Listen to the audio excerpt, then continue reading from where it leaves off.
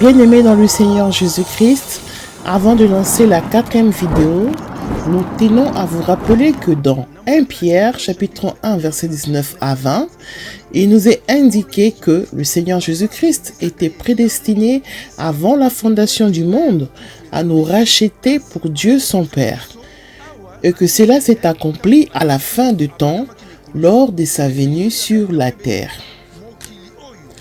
Le rachat de l'humanité a donc eu lieu concrètement lorsque le Seigneur Jésus-Christ a été mis sur la croix à Golgotha. L'agneau qui est le Seigneur Jésus-Christ n'a donc pas été immolé avant la fondation du monde, mais bien après cela. L'agneau a donc été immolé après que le monde ait déjà été fondé. Les écrits bibliques nous informent qu'avant la fondation du monde, Dieu avait prévu en avance, d'où le verbe passif être prédestiné, que le Seigneur Jésus-Christ, qui était au commencement avec Dieu son Père, allait être l'agneau qui devrait être immolé plus tard dans ce monde que Dieu s'apprêtait à fonder, afin de racheter les enfants de Dieu qui y seront. Parce que dans la préscience de Dieu, il savait d'avance qu'il y aura dans le monde un besoin urgent du salut pour tous ces enfants qu'il s'apprêtait à créer. C'est ainsi que Dieu, avant même de créer le monde et les habitants de la terre, il avait d'abord écrit dans le livre de vie de l'agneau qui était prédestiné à être immolé dans le monde, les noms de tous ceux qui hériteront le royaume des dieux avant même qu'il soit créé.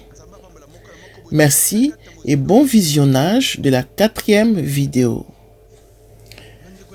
Nos bien-aimés enfants de Dieu, dans le Seigneur Jésus-Christ, nous nous rencontrons maintenant dans la 4e vidéo de notre groupe de partage biblique sur les prophéties du temps de la fin. Nos bien-aimés dans le Seigneur Jésus-Christ, dans cette 4e vidéo, nous allons maintenant voir le 3e verset qui a été changé et modifié dans la dite Bible Scofield.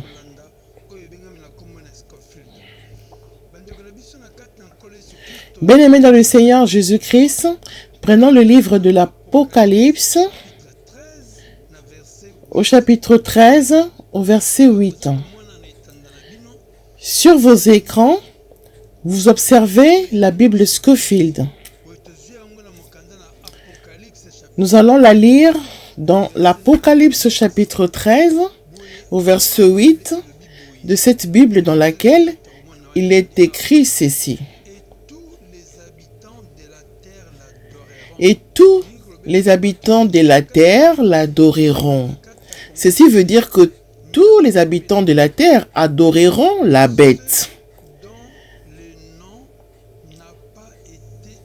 Ce dont le nom n'a pas été écrit dans le livre de vie de l'agneau qui a été immolé dès la fondation du monde. Bien-aimé, ce verset est celui que nous étions en train d'écouter seulement les serviteurs de Dieu le redire ainsi sans cesse. Nous aussi, nous les répétions aussi de cette façon. Comme nous étions tous sous l'influence de cette Bible, nous pensions que cette Bible serait restée vraiment fidèle aux Écritures saintes qui sont reprises dans la Bible originale de Louis II qui a été éditée en 1880. La vraie version de la Bible de Louis II a été écrite en 1880. Et cela n'a rien à voir avec la majorité des Bibles dites révisées de Louis II actuellement. Louis II était parti apprendre la langue des Hébreux, qui est donc la langue des enfants d'Israël, et il était aussi parti apprendre le grec. Et c'est ainsi qu'il était devenu un professeur qui enseignait ces deux langues dans son pays. Étant donné qu'il était en même temps un pasteur, les gens sont venus lui proposer de traduire la Bible qui était écrite en hébreu à l'époque, la langue que le Seigneur Jésus-Christ parlait, et aussi de traduire la Bible écrite en grec pour les réécrire en français. C'était donc en 1880 qu'il avait fait ce travail de traduire la Bible. Et après avoir traduit la Bible, elle a donc été éditée, mais après un certain temps, des gens étaient venus lui demander de modifier certains versets qui ne leur convenaient pas. Mais Louis II refusa en disant qu'il ne pouvait pas agir ainsi. Et comme ils étaient nombreux à lui faire cette demande, il leur dit que si vous persistez à vouloir modifier la Bible, peut-être après ma mort, il vous appartiendra de faire alors ce que vous voudrez. Mais de mon vivant, je refuserai que les écrits dont j'ai vu par moi-même les textes originaux en grec et en hébreu puissent être changés. C'est ainsi qu'après la mort de Louis II en 1885, des années plus tard, parmi beaucoup d'autres, il y eut M. Scofield qui s'est lancé dans l'écriture de sa propre Bible, se basant sur l'original de Louis II, mais en ayant pris soin de modifier des versets que Louis II avait refusé de changer. M. Scofield écrivit sa Bible en 1909. Et ainsi, il y eut par la suite une émergence de Bible Louis II modifiée, dont la fameuse version révisée de Louis II de 1910, dont il n'est pas l'auteur vu qu'il était déjà décédé. Bien aimé, nous n'avons pas beaucoup de temps pour entrer en profondeur de ces histoires. Observons la Bible de Scofield que vous voyez ici.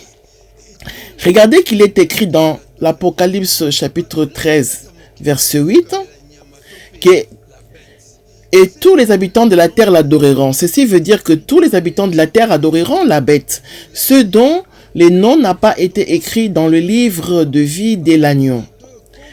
Les gens qui vont adorer la bête, ce sont ceux dont leur nom n'a pas été écrit dans le livre de vie de l'agneau.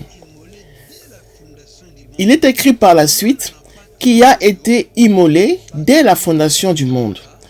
Scofield insinue que l'agneau a été immolé avant que le monde soit créé ou au tout début de la création du monde.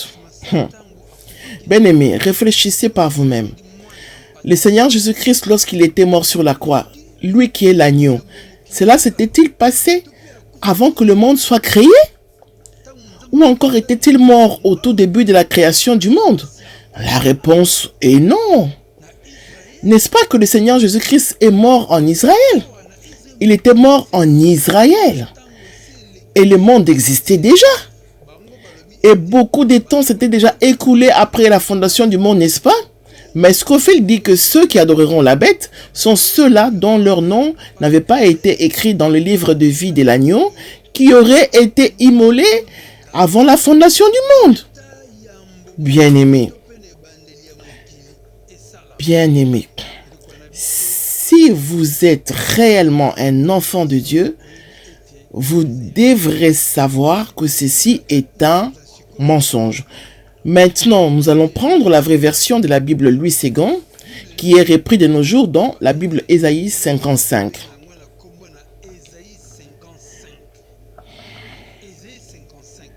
Dans la Bible Ésaïe 55, regardez là où j'ai mis un symbole, là où c'est surligné en rouge. Il est écrit ceci, dans la version normale, qui reprend la totalité de ce verset. Il est donc écrit ceci dans l'Apocalypse 13, verset 8. Il est écrit ceci, et tous les habitants de la terre l'adoreront. Ceci est écrit pareil dans Scofield. Les habitants de la terre l'adoreront, donc adoreront la bête. Qui sont donc ceux-là qui adoreront la bête? Ce sont ceux dont les noms n'ont pas été écrits dès la fondation du monde dans le livre de vie de l'agneau qui a été immolé. Point. Je répète. Et tous les habitants de la terre, donc tous les habitants de la terre adoreront la bête. Qui sont donc ceux qui l'adoreront? Ceux dont les noms n'ont pas été écrits dans le livre de vie de l'agneau depuis la fondation du monde. Il s'agit donc de ceux dont les noms n'ont pas été écrits dès la fondation du monde. Les gens dont les noms n'ont pas été écrits depuis la fondation du monde dans le livre de vie de l'agneau qui a été immolé. En français, il est dit « Et tous les habitants de la terre l'adoreront, ceux dont les noms n'ont pas été écrits dès la fondation du monde dans le livre de vie de l'agneau qui a été immolé. » L'agneau qui a été immolé. Mais à quel moment cela s'était passé en Israël après que les calendriers aient été remis à l'an 0? Ce n'est pas du tout que l'agneau aurait été immolé avant que le monde soit fondé. Nos frères et sœurs, enfants de Dieu, le même verset dans Louis Séguin et dans Scofield ne signifie pas la même chose. Ces versets ne relatent pas la même chose. J'ai une question. Pourquoi donc dans la Bible Scofield, ces versets a-t-il été modifiés? Vous qui lisez la Bible, si vous êtes dans le vrai, bien-aimé, si on vous pose la question de savoir est-ce que le Seigneur Jésus-Christ était mort sur la croix avant que le monde soit créé, ou était-il mort en Israël après que le monde ait déjà été créé, pendant que le gouvernement romain était en train de diriger le monde? N'est-ce pas qu'il a été sur la croix lorsque le gouvernement romain régnait sur toute la terre?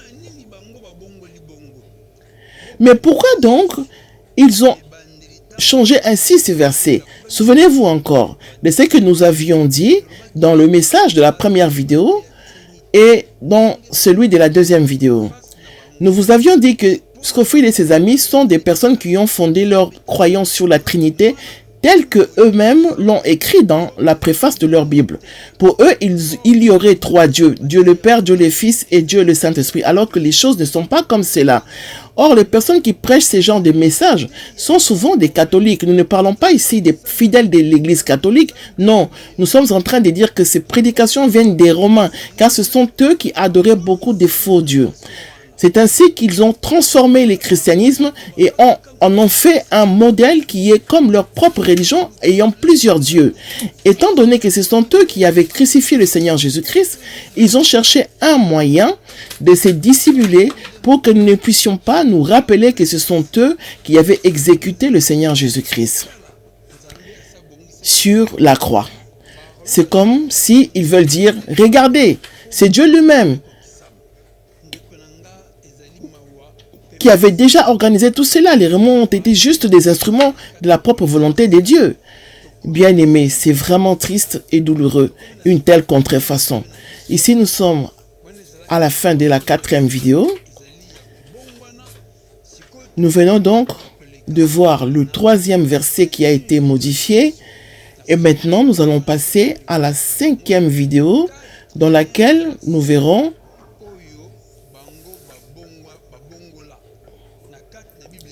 le 4e verset que ces gens ont modifié dans la Bible Scofield. Quel est donc leur but? Vous allez discerner cela peu à peu. Que Dieu bénisse tout un chacun là où vous êtes au nom puissant du Seigneur Jésus-Christ. Retrouvons-nous tout de suite dans la 5e vidéo. Amen.